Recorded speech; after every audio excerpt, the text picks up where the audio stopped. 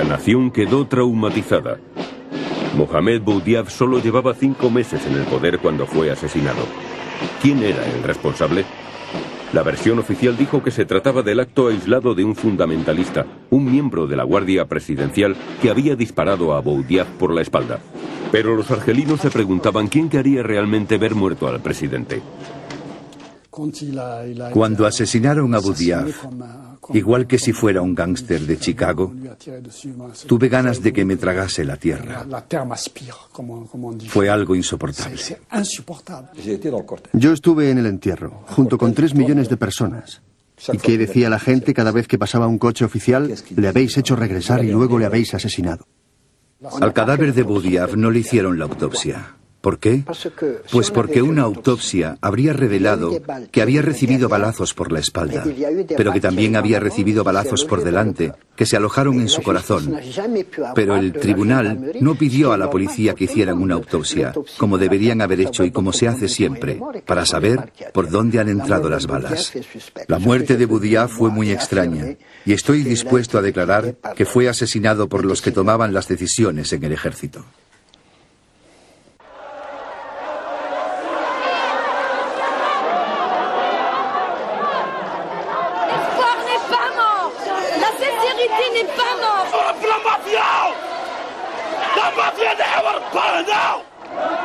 Los enfurecidos manifestantes sujetaban un periódico cuyo titular decía: «Le habéis asesinado con el odio».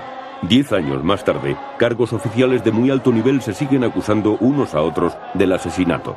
Violencia política en las alturas, grupos armados que empezaban a matar regularmente. El país estaba al borde del caos. Argelia se estaba hundiendo también en la peor recesión económica de su historia. Hasta los productos básicos como el azúcar y el aceite empezaban a escasear y las condiciones de la vivienda eran atroces. Esto no es vida. Dan el toque de queda a las 11. Vivimos en una habitación. Nos turnamos para dormir. Si todos queremos dormirnos al mismo tiempo, alguien debe dormir en el baño y alguien en el pasillo.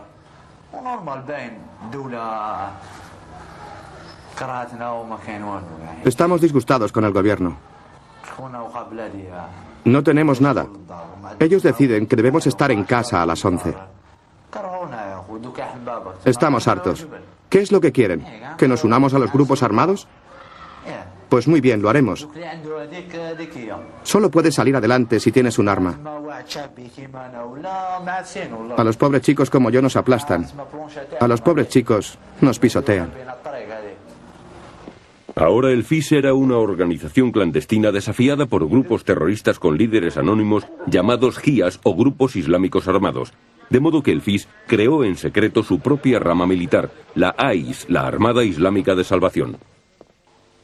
يدعو كافة الشباب الذين لم يلتحقوا والذين هم في صفوف الجيش أن يقاطعوا ويعلنوا تمردهم على من يحكم العباد بغير شريعة الله.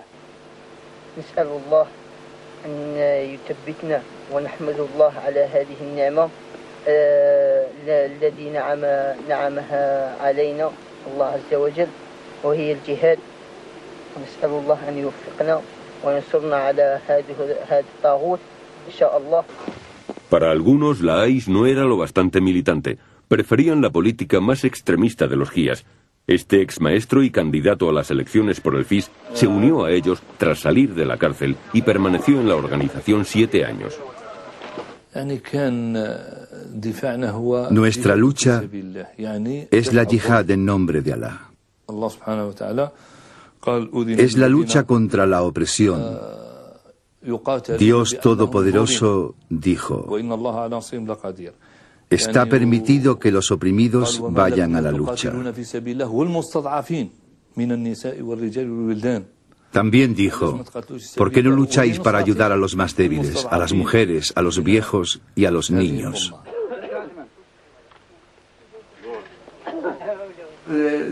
¿Se unió usted al mayor grupo armado de Medea? Sí. ¿Era el JIA? Había un grupo armado, el del jeque Atayá. Estaba afiliado al grupo conocido como el JIA. Un año después de que se suprimiesen las elecciones, había regiones enteras fuera del control del ejército. Cada día asesinaban hasta 20 policías. Algunos de los grupos terroristas también empezaron a atentar contra los civiles. Ejecutaron a médicos, artistas y periodistas conocidos por ser contrarios al FIS. En octubre de 1993, cientos de personas se reunieron en el entierro de Ismail Yessaf, un presentador de noticias de televisión.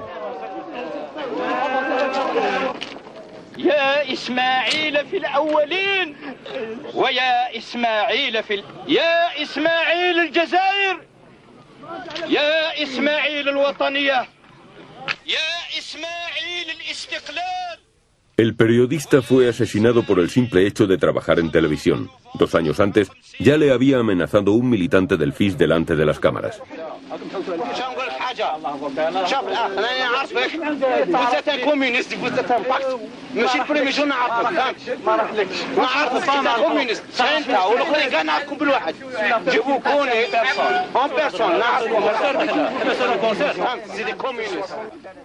¿Por qué no condenó usted la muerte de esos intelectuales? Murad Dina era uno de los líderes del FIS. Pertenecía a un grupo formado por antiguos profesores de universidad. Ahora vive exiliado en Suiza. Verá, no nos vamos a poner a hablar ahora de la información partidista que hacen los medios de comunicación respecto a los muertos. Nadie ha llorado a nuestros muertos. De hecho, todo el mundo aplaudió sus asesinatos. Pienso que a cierto nivel podemos estar seguros de quién mató a quién y cuándo. Pero debo decir que algunos eligieron el camino del enfrentamiento, el camino de la provocación a los jóvenes, y han pagado el precio de hacerlo. Esos intelectuales de izquierdas deberían tener el valor de apoyar sus convicciones. Deberían decir, estamos en guerra y algunos de nosotros pagaremos con nuestras vidas. Deberían crear sus propios mártires. El Estado estaba logrando sobrevivir, pero ¿a qué precio? Para erradicar la violencia terrorista, el ejército no se paraba ante nada. La gente desaparecía sin dejar rastro. A veces, el simple hecho de llevar barba o de estar en el sitio equivocado podía provocar el arresto de una persona.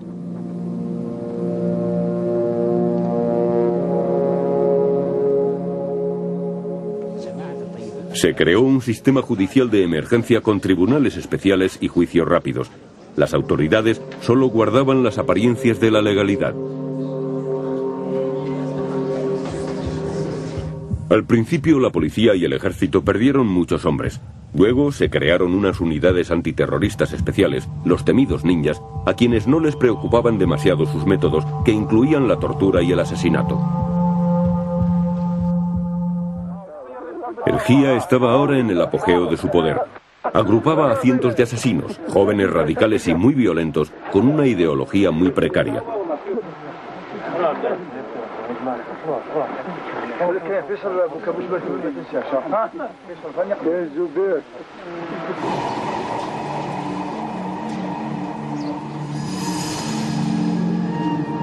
Hubo intentos de negociar con los terroristas, pero siempre se interrumpieron.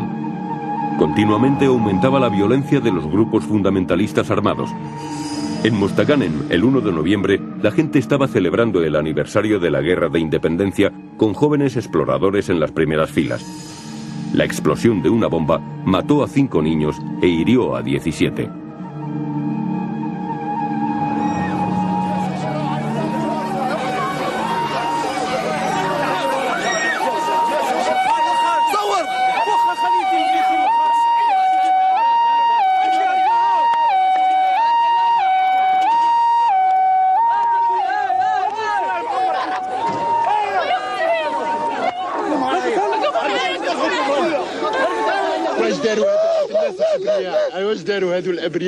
الرجل نتاعهم مقطعين والشي اللي شفناه رواس وما دارت هذا الشيء هذا رواس وما دارت هذا الشيء هذا وعلاش وحنا واش درنا حنا ولا ولادنا واش داروا خليني لا بغيت نموت انا نقول لك حاجه. En algunos países occidentales se crearon redes clandestinas de fundamentalistas argelinos. En 1996 cometieron 2 actos terroristas en Francia, poniendo una bomba en un tren en París y secuestrando un avión del Air France. Mientras tanto, en Argelia, la violencia iba en aumento.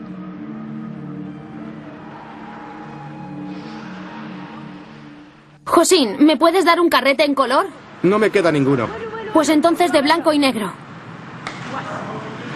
¿Vas a ir allí? Anoche hubo una matanza en Ain Defla. 27 muertos. Gracias, gracias. Los argelinos pensaban que el horror había tocado fondo. Pero entonces los GIAs empezaron a matar a cualquiera que no los apoyara. Las matanzas destruyeron pueblos enteros. Los periodistas no eran bien recibidos.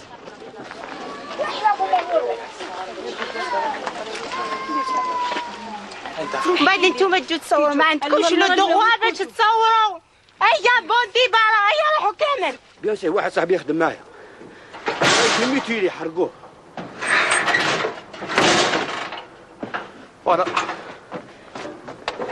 راكو هاربين دركا نقعدوا نموتوا انت واش تسوي بيه تموتي بيان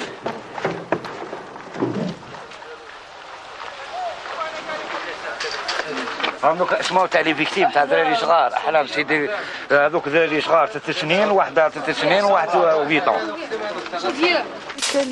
انا جدي خالي خالتي خوالي ولاد خوالي خاوتي ترباو معانا حنايا راحوا دوكا قولي شكون يبقى حتى واحد.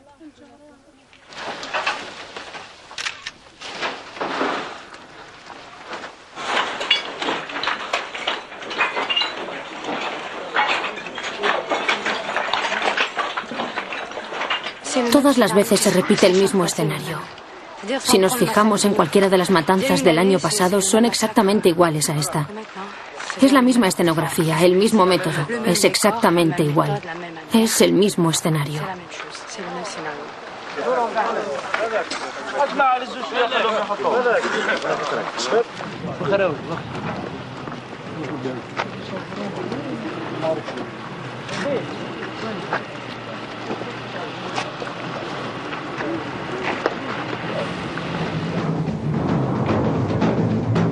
¿Qué hacía el ejército durante todo ese caos? Las estadísticas eran terroríficas. En Rais, 300 muertos. En Benjala, otros 300. 250 matanzas en 2 años, a menudo cerca de los cuarteles del ejército. ¿Por qué los militares no intervinieron para salvar a la gente? Circulaban rumores de que el ejército mismo estaba implicado en algunas matanzas. Teníamos algunos militares, algunos oficiales que perseguían a sus hermanos, que estaban integrados en los grupos armados. Hubo un caso de un hombre que hacía el servicio militar y que regresó a su casa durante el permiso, en Orleansville. Su hermano estaba en la guerrilla y él lo mató delante de los ojos de su propia madre. Esa es la clase de situación en la que vivimos y no hay ninguna salida posible. Por eso se han producido algunos excesos y yo soy el primero en admitirlo. Pero cuando nos enteramos de que ha habido esos excesos, nosotros tomamos medidas. ¿A qué se refiere cuando dice excesos? Me refiero a que algunos soldados han llegado a matar, pero hemos entregado más de 100 nombres a la Comisión de la ONU. Los islamistas armados sabían que los soldados no se atreverían a salir del cuartel. En muchos casos los ataques terroristas se producen cerca de los cuarteles militares o de la policía. Y sé muy bien de lo que hablo. Siempre colocan las bombas en el exterior de los cuarteles. Siempre colocan bombas en los caminos que van a utilizar los soldados. Se han producido muchos daños. El 80% del ejército argelino está formado por jóvenes llamados a filas, algunos de los cuales están a punto de licenciarse. Así que muchos deciden no salir a la calle para que no los maten, ahora que solo les quedan unas pocas semanas para licenciarse, mientras que los generales se están forrando. Esa es la situación que se vive en los cuarteles.